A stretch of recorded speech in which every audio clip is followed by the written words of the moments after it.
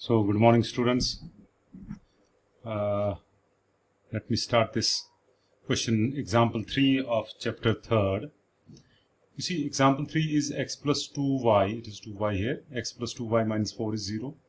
This is the equation of the rails. Rail is a type of straight line.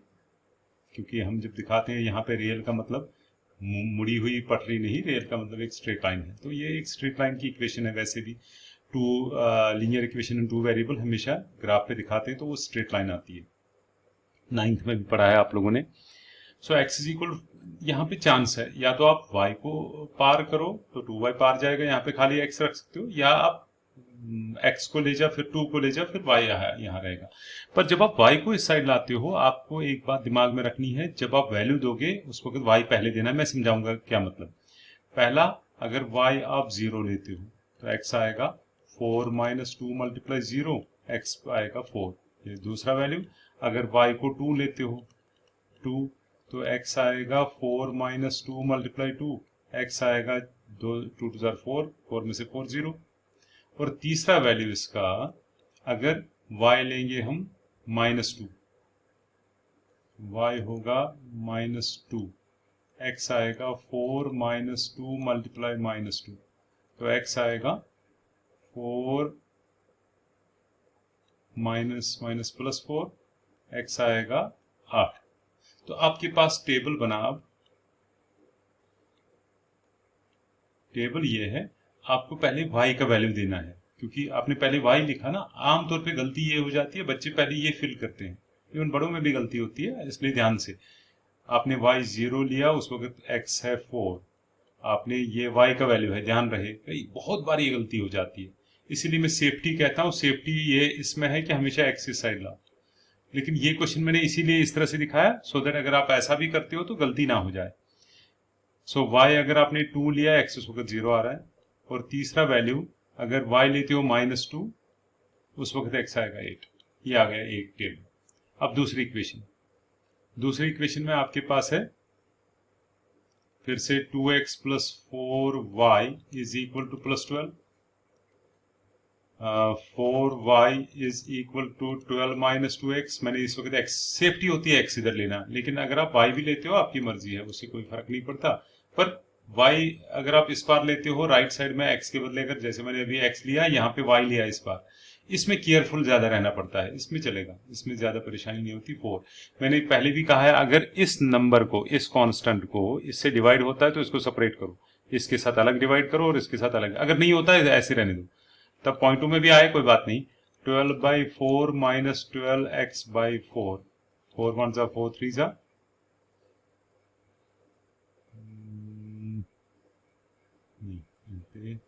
गलत.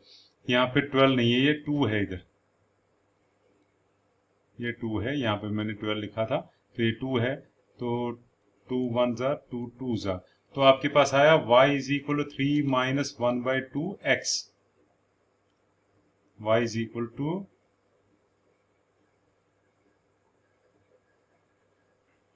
3 minus 1/2x. ठीक है.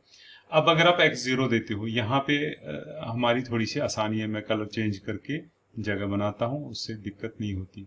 ये आपको आगे बनाना है, क्योंकि मैं चाहता हूँ एक ही पेज पे दिखाऊं, इसलिए ये x और ये y, अगर 1 2 और 3 वैल्यूज, अगर x 0 लोगे, पहला वैल्यू x अगर 0 लोगे तो y आएगा 3 माइनस 0, y तो 3 आएगा. सो यहाँ पे आपको, पहले आपने x लिया ना तो पहले में डालोगे, ऐसे है.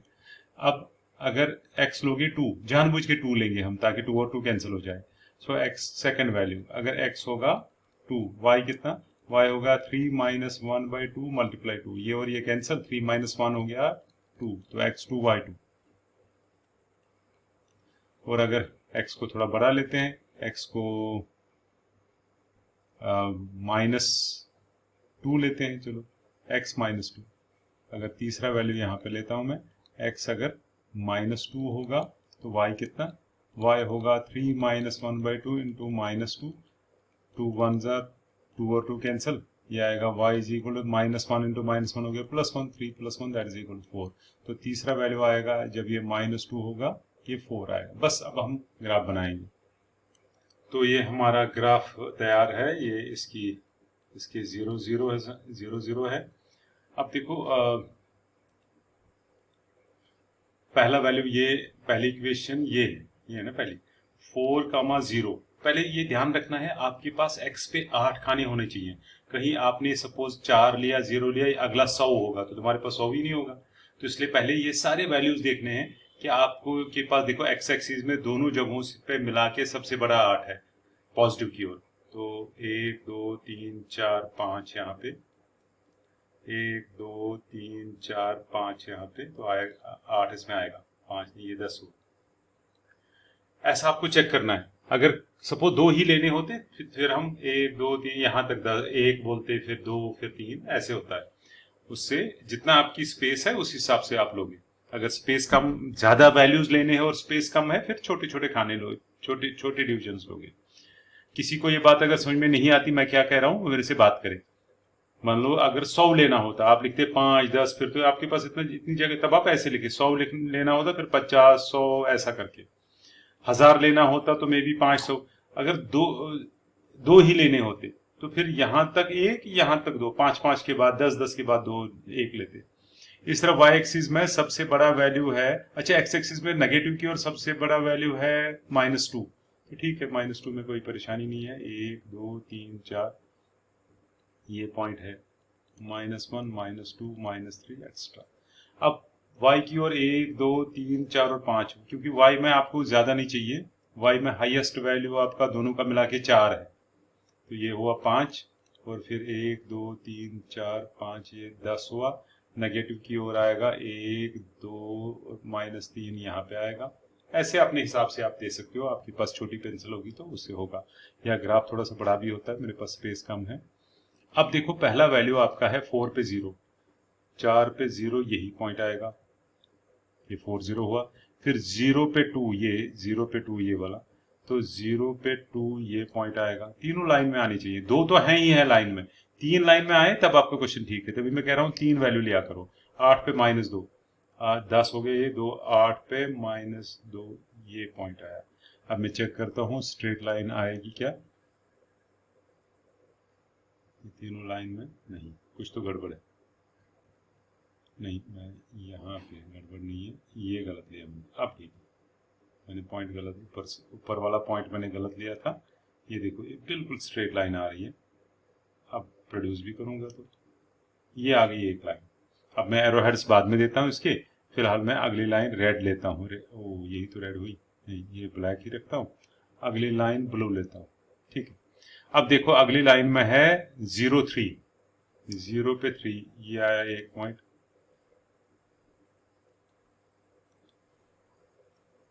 0 पे 3 ये पॉइंट आया एक।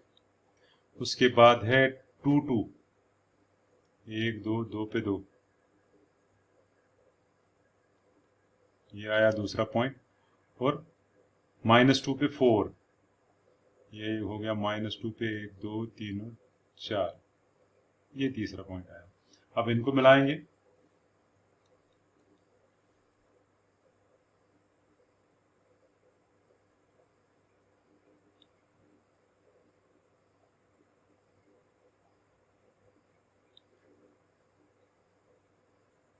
ये देखो ये बिल्कुल पैरेलल, रेलगाड़ी की तरह ये पैरेलल लाइंस आ रही है, जैसे रेल की पटरी नहीं होती, यही कहना था इसका कि ये रेल की पटरी जैसी है।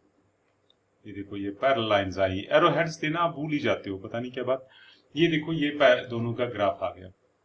अब अगर क्वेश्चन में है represent this situation geometrically, geometrically हो गया ग्राफ पे दिखाना, ये हमने ग्राफ पे दोनों लाइंस दिखाई।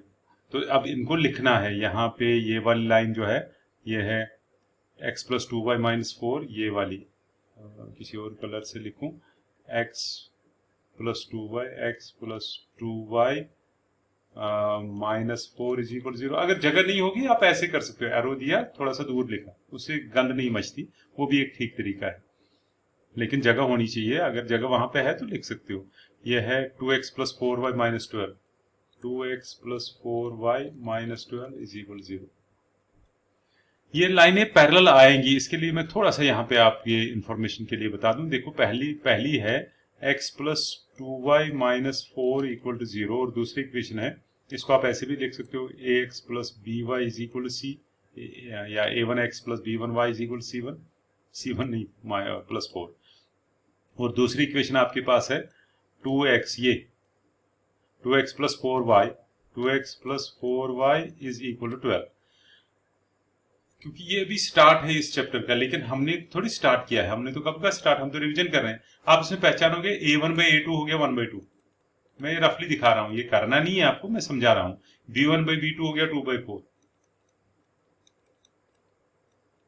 वो भी तो 1/2 हुआ। c1/c2 है 4/3, 4/12, वो भी तो 1/3 हुआ। इसका मतलब क्या हुआ, a1/a2 is equal to b1/b2 but not equal to c1/c2। इसका मतलब ये पैरेलल लाइंस आर इनकंसिस्टेंट, यानी पैरेलल। ठीक, तो ऐसे भी आप पहले ही जब आपकी एक्सपीरियंस, जब आप पूरा चैप्टर आपको दिमाग में होगा, आपको पहले ही पता चलेगा ये लाइनें कैसी होनी चाहिए। जब ग्राफिकली सॉल्व करने की बात आए, आपको लगे ये सॉल्व लिखा है question and solve the equations, आपको ग्राफ से पहले वो चालाकी करनी चाहिए कि a1/a2 b1 ये देखो सॉल्व होती है कि नहीं, मतलब लाइनें क्रॉस आएंगी, पैरेलल होंगी, या लाइन के ऊपर लाइन आएगी, इनमें से क्या सिचुएशन। ये हो गया a1 है 1, तो a1/a2 आएगा 1/2, रफ है ये।